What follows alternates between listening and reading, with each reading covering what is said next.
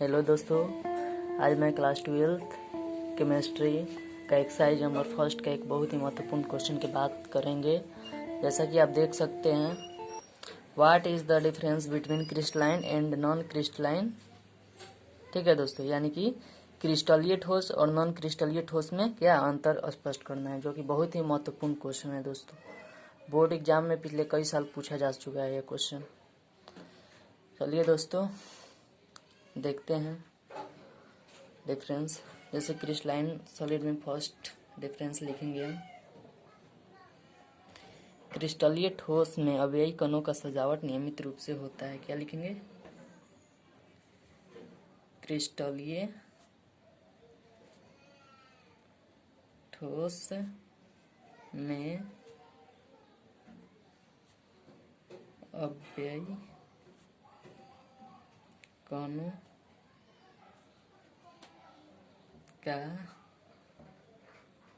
का सजावट नियमित रूप से होता है। अब इधर आएंगे इस साइड नॉन क्रिस्टलाइन सॉलिड यानी कि अक्रिस्टलीय ठोस में लिखेंगे 1 नंबर में कि अक्रिस्टलीय ठोस में अव्ययी कणों का सजावट अनियमित रूप से होता है। ठीक है दोस्तों, इसमें नियमित हो जाएगा, इसमें अनियमित। अक्रिस्टलीय ठोस में क्रिस्टलीय ठोस में अव्ययी कणों का सजावट, इसमें नियमित है, इसमें क्या होगा? अनियमित रूप से होता है। नियमित रूप से होता है। देखिए दोस्तों, एक बार समझ लेते हैं। क्रिस्टलीय ठोस में अव्ययी कणों का सजावट नियमित रूप से होता है। दोस्तों यहाँ पे अव्ययी कण कहने का मतलब क्या हुआ? अव्ययी कण के अंतर्गत जो है परमाणु, अणु और आयन आते हैं। ठीक है दोस्तों, इसमें भी अव्ययी कण है तो इसमें भी परमाणु, अणु और आयन आते हैं। ठीक है, तो ये दूसरा डिफरेंस देखते हैं क्रिस्टलीय ठोस में। दूसरा डिफरेंस, हाँ एक बात और दोस्तों, जैसे कि मैंने लिखा है क्रिस्टलीय ठोस में अव्ययी कणों की सजावट नियमित रूप से, अगर इसको हम फिगर के थ्रू देखना चाहते हैं तो क्रिस्टलीय ठोस में अव्ययी कण का सजावट क्या होता है? नियमित रूप से होता है, यानी कि इसका अव्ययी कण जो होता है एकदम बराबर होता है। जैसे कि देखिए सब सेम है, सबका आकार सेम है। वहीं अगर इसका बात करें तो कोई बड़ा रहेगा, कोई छोटा रहेगा, कोई इस टाइप का रहेगा, कोई इस टाइप का रहेगा। तो इसमें जो होता है क्रिस्टलीय ठोस में अव्ययी कण का सजावट नियमित रूप यानी कि सेम साइज होता है। ठीक है, इसमें जो होता है डिफरेंट साइज होता है। ठीक है दोस्तों, चलिए दूसरा देखते हैं।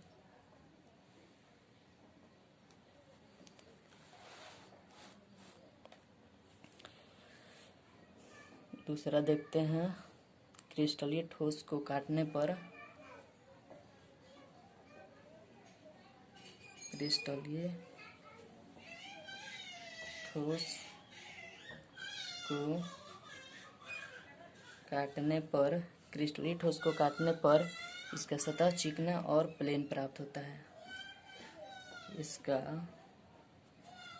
सतह चिकना और प्लेन प्राप्त होता है। देखिए पढ़ते हैं, क्रिस्टलीय ठोस को काटने पर इसका सतह जो होता है चिकना और प्लेन प्राप्त होता है। ठीक है दोस्तों, अब वहीं अगर अक्रिस्टलीय ठोस में लिखें तो इसी का उल्टा लिख देते हैं। अक्रिस्टलीय ठोस को काटने पर इसका सतह जो होता है रुखड़ा प्राप्त होता है। तो लिखते हैं इसको, अक्रिस्टलीय ठोस को काटने पर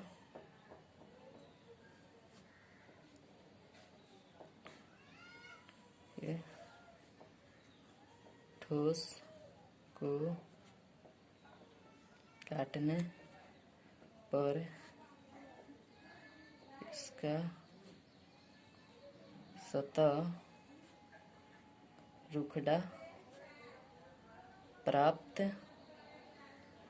होता है। चलिए समझने की कोशिश करिए। क्रिस्टलीय ठोस को काटने पर इसका सतह क्या होता है? चिकना और प्लेन प्राप्त होता है। वहीं अक्रिस्टलीय ठोस को काटने पर इसका सतह जो होता है रुखड़ा प्राप्त होता है। ठीक है, सेम इसका उल्टा हो जाएगा, अपोजिट हो जाएगा। ठीक है दोस्तों, चलिए तीसरा देखते हैं। तीसरा डिफरेंस है, क्रिस्टलीय ठोस का जो क्रमबंध होता है वो बहुत दूर तक जाता है। क्रिस्टलीय ठोस का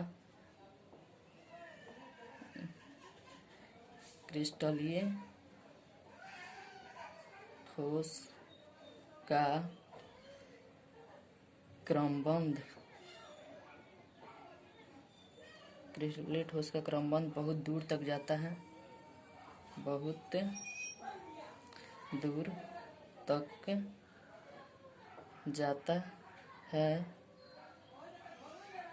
वहीं अगर इसमें लिखे अक्रिस्टलीय ठोस में तो लिखेंगे अक्रिस्टलीय ठोस का क्रमबंध जो है बहुत नज़दीक तक जाता है। अक्रिस्टलीय ठोस का क्रमबंध बहुत नज़दीक तक जाता है, बहुत देर तक जाता है। चलिए पढ़ते हैं एक बार। क्रिस्टलीय ठोस का क्रमबंध जो होता है बहुत दूर तक जाता है। ठीक है दोस्तों, इसमें दूर तक जाता है तो इसका सिर्फ ऑपोजिट लिखना है। अक्रिस्टलीय ठोस का क्रमबंध जो होता है बहुत नज़दीक तक जाता है। चलिए चौथा डिफरेंस पे आते हैं। क्रिस्टलीय ठोस में लिखना है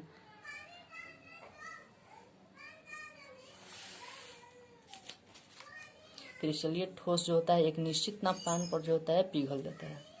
लिखते हैं क्रिस्टलीय ठोस एक निश्चित तापमान पर पिघल जाता है।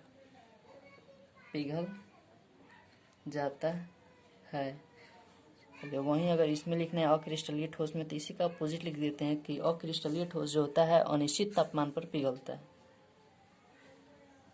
अक्रिस्टलीय ठोस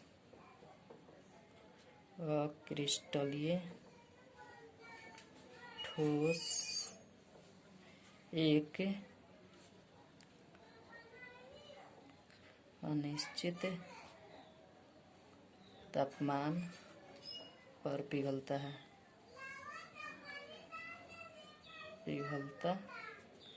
चलिए दोस्तों 4 गो डिफरेंस हो गया। 5वां डिफरेंस लिखते हैं।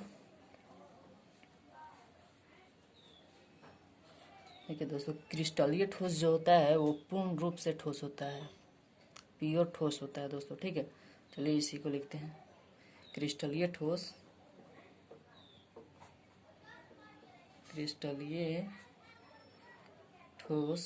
पूर्ण रूप से ठोस होता है, पूर्ण रूप से ठोस होता है। वहीं अगर लिखेंगे अक्रिस्टलीय ठोस में तो अक्रिस्टलीय ठोस जो होता है पूर्ण रूप से ठोस नहीं होता है। अक्रिस्टलीय ठोस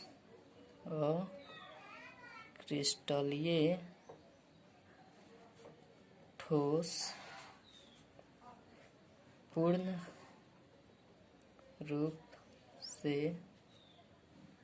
ठोस नहीं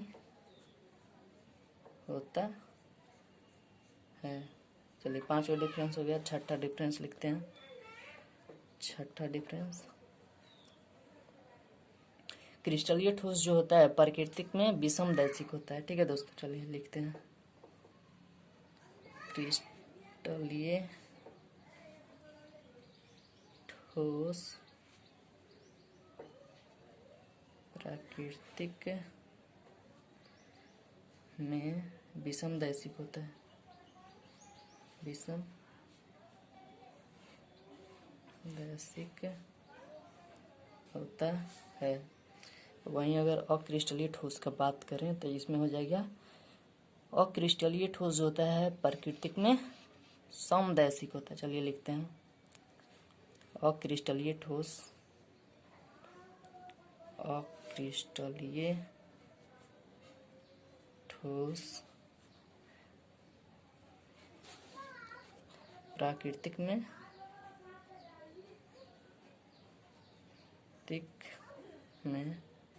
विषमदैशिक होता है, विषम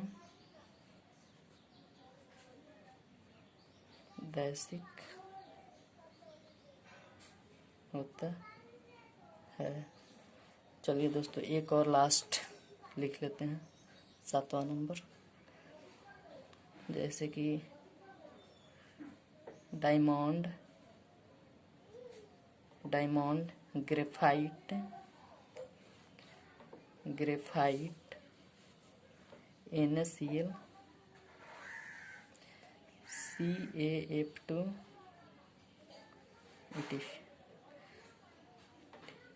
दोस्तों अगर डायमंड, ग्रेफाइट, NaCl, CaF2 अगर दे दिया, पूछे कि बताइए कि ये क्रिस्टलीय ठोस है कि अक्रिस्टलीय ठोस है, तो आपको क्या बोलना है कि ये जो है क्रिस्टलीय ठोस के अंतर्गत आते हैं।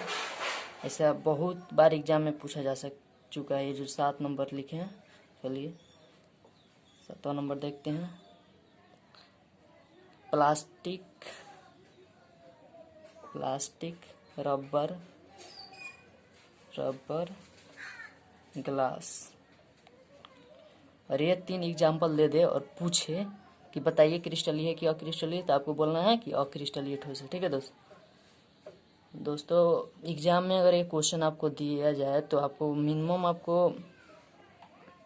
कम से कम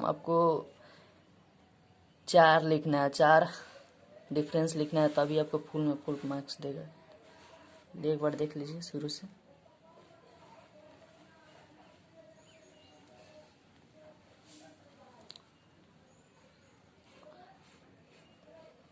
इतना आपको लिखना है तभी आपको फुल में फुल मार्क्स देगा। दोस्तों ये क्वेश्चन जो है 2021 में प्रिंटेड पूछा जा सकता है दोस्तों, ठीक है। इसलिए दोस्तों इस पे बहुत फोकस कीजिएगा आप लोग। फर्स्ट चैप्टर का क्वेश्चन है। आई होप मेरा ये वीडियो आप लोग को पसंद आया होगा। थैंक यू दोस्तों।